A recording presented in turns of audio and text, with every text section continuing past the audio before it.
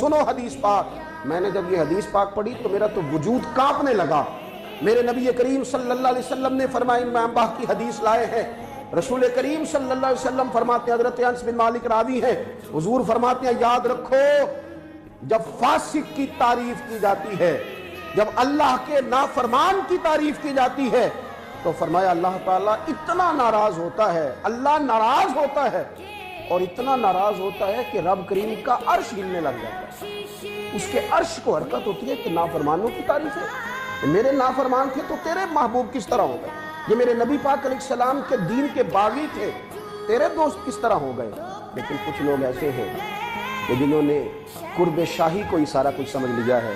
جنہوں نے بس حکومتوں کے قریب جانا ہی اپنی کامیابی سمجھ لیا۔ یاد رکھو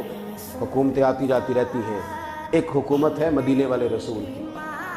وہ کبھی مٹنے والی نہیں، وہ کبھی ختم ہونے والی نہیں۔